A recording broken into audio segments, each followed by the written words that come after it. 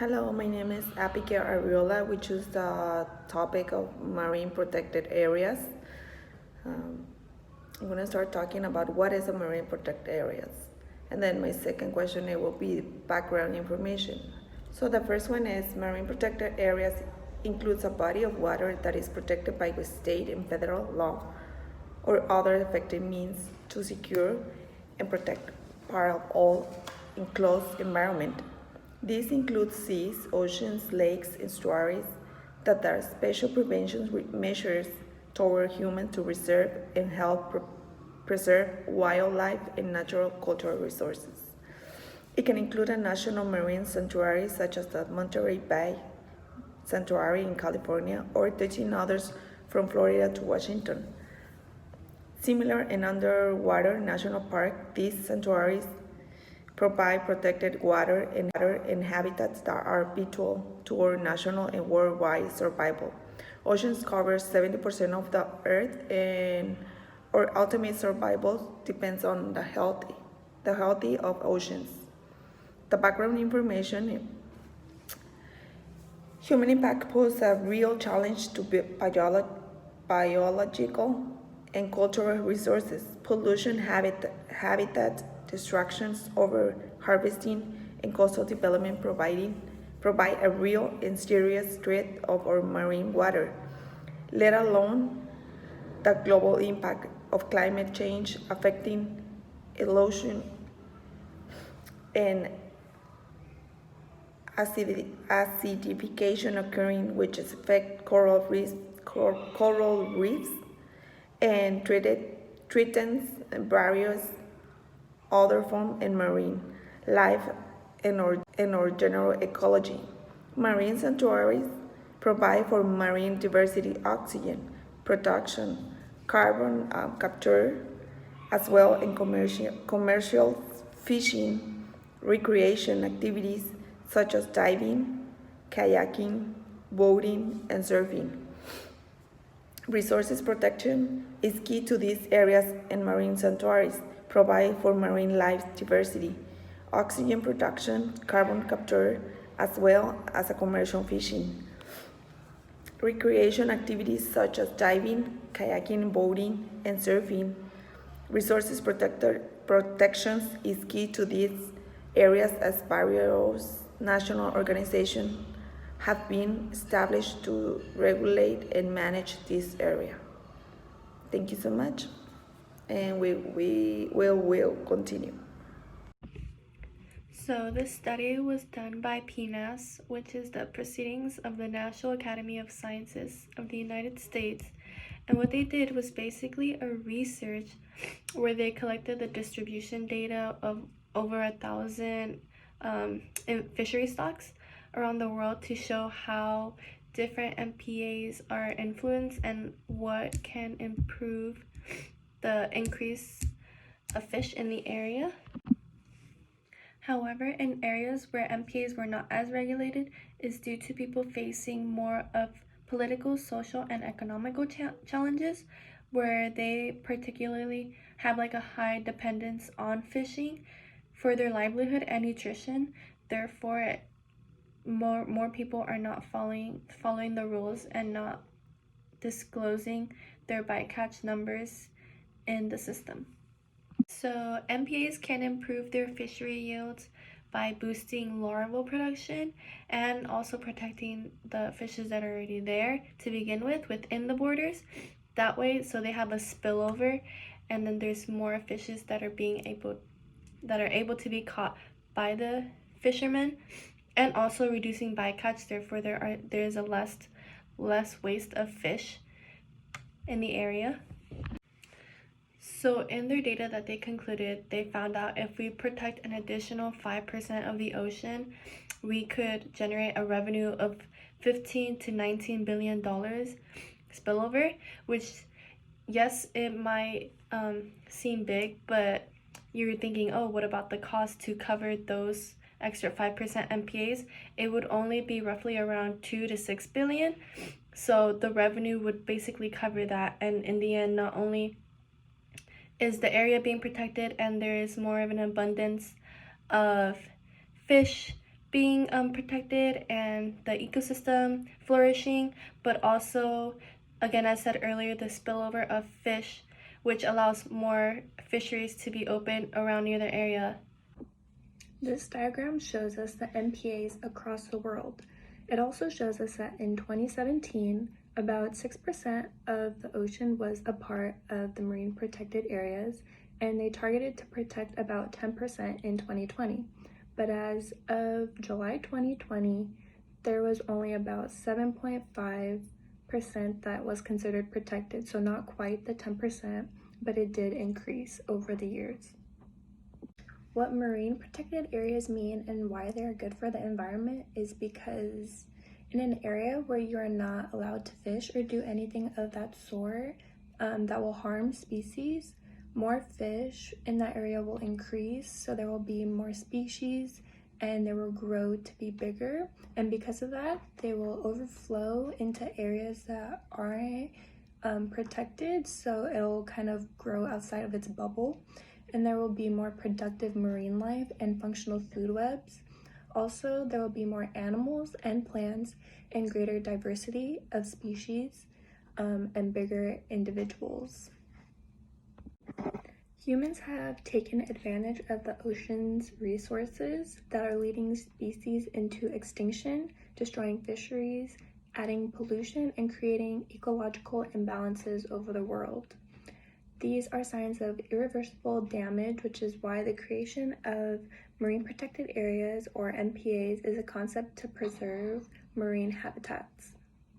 In class, we learned the top 6 fishing countries, and we know that as of 2016, the US was ranked number 3.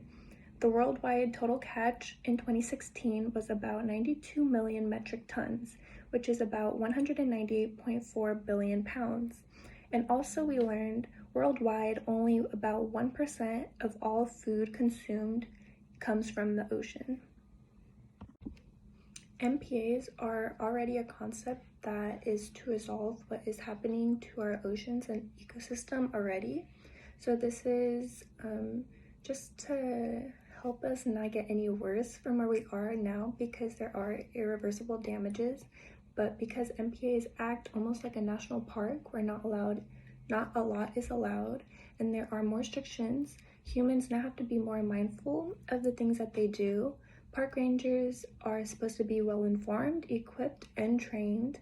Not only are staff and park rangers trained, but reducing the impact of tourism is also enforced. Patrol boats and other equipment is also provided for marine protected areas and locally managed marine areas. Promoting sustainable fishing practices in areas that allow fishing activities is also important, and also involving the local communities and business to have knowledge of these things is also encouraged. Okay, what is your educational background with marine life? Okay, so I graduated University of Hawaii at Manoa in 2019, and I studied environmental sciences, more to be more elaborate, natural resources, environmental management, and then I specialize in wildlife conservation. So I took a lot of environmental policy classes, and I know about a lot of like the MPAs and everything like that. And then I got an internship at the Marine Mammal Care Center in San Pedro, but it's a rehab facility. So I did that, and then I was an intern at the aquarium with mammals, and then now I'm a like full-time volunteer, where it's technically like one day every week for an entire year. That's your commitment. But ever since COVID happened, I've been going in like 3 times a week because they need help, and I'm available. So yeah, that's it. So that's kind of my background with everything. That's fun. Why do they need more help now in COVID? So because our aquarium's nonprofit, like our attendance and sales in attendance are our main source of income. Mhm. So unfortunately, obviously, we've had to close. So they closed in March, and then they didn't open until maybe around May or June-ish. And then so they also had to lay off like a lot of staff. they can't afford to keep more people to take care of the animals, but also the animals don't take a day off. Like someone's there 24/7. Like I was there on Christmas last year. So, animals need to eat every day. So, but yeah, so I got to be cross-trained in a lot of stuff, which is really fun. So I got to learn a lot more like reptile stuff when I didn't think I needed to, but it was cool. That sounds fun. Okay, what made you interested or passionate about marine life and education? So I think I just kind of fell in love with it. I guess I was like 12 maybe. I actually did like the sea camps at the Aquarium of the Pacific. And I just went because I really loved it and I really like the ocean. And now that I've grown older, I like that it harvests so much life, and it's 70% of our entire world, and it gives us most of our oxygen. It has the most diversity, and we haven't even explored all of it. So I think it's like a huge mystery, but also I love what it does for us, and like all the animals inside of it are just born with innate gifts on how to survive out in the ocean, and it's kind of crazy, and I really like that part. So, what do you know about marine protected areas? So I know that there's designated areas throughout. I know in the United States, I'm sure they're also throughout the world, probably more United States. But like there's one right off of Laguna, and there's a ton in Hawaii. I know that they're protected for a reason, because either there's specific species there that are protected under like the Endangered Species Act or something like that. And also just they're made to preserve all of the things that are in that area.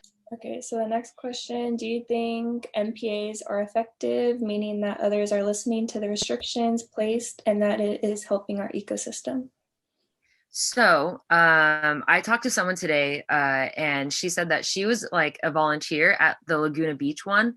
And so I think, to answer your question, I do think they are effective, because if you think about it, if you're going to preserve this area and you're going to make sure that there's no fishing being done there, then that helps out the fishers initially, because then there's more population happening, the food chain's in balance and everything. And I think that's the most important thing for NPAs, is to make sure that everything kind of is in balance and there's less intrusion of, human made chemicals and everything like that, and coral bleaching and maybe all of those types of things. I think that it really helps negate the kind of things that are being killed in the ocean. So yes, I do think they are effective. I think there should be more of them. And by people listening, I feel like if you would have asked anyone who was not marine bio, knowledgeable at all, I don't think they would have known what an MPA was, which is kind of unfortunate. But I know that there's not really signs up. At least I guess maybe I've been to Laguna to that one, but there's no signs up that really say like this is a marine protected area, and there's no buoys out there that just like block it off. So I don't think that people really recognize that they exist, and I don't know if it would change their mind about anything if they did know it exists. So I don't really know their effectiveness on the majority of the population. But I do know that my one friend, she was a volunteer, and she told people like while she was out there, it was her job to tell people that it was a marine protected area, so that they couldn't take anything and they were safe in the water. So, I mean, people would listen that way if there are people out there being authoritative, but I don't think the general public really pays attention. Are there any disadvantages to marine protected areas? So I think there are on a different scale. So me being an environmentalist, obviously I'm biased and I really appreciate them. And I think they're very vital because of the preservation that happens in those protected areas. But also, if from a fisher's point of view, if my livelihood depends on my intake of fish, right? Say that this protected area, these fish know that, if they after a while, if they know that they come to this type of area, or if they live in this type of reef, then they know that since it is a protected area, a lot of boats aren't going through and going fishing. So maybe after a while, evolution, they figure out that if they stay in this area, they won't be fished. I don't know the likelihood of that, but I do know that I'm sure fishermen aren't super stoked about a bunch of protected areas, because if the fish do end up in those areas and that's the fish that they want, and they know that they're not going to get caught there, then maybe they'll hang out there longer. So I guess that would be the disadvantage. for like a fisherman's point of view. We kind of already talked about it, but Mhm. the last question was, how will someone out in the waters know if an area is protected? Yes, there should be obvious signs, like literally signs, but like obvious things that can help the general public out to know that this is a protected area. And maybe that would trigger someone to look into it more, and maybe they would appreciate it, or they would have ideas for it, or they want to go into work to something like that. So I think it'd be beneficial all over. So that's it. That's all the questions that I have. Nice. Yeah. Thank you so much for your help. You're welcome.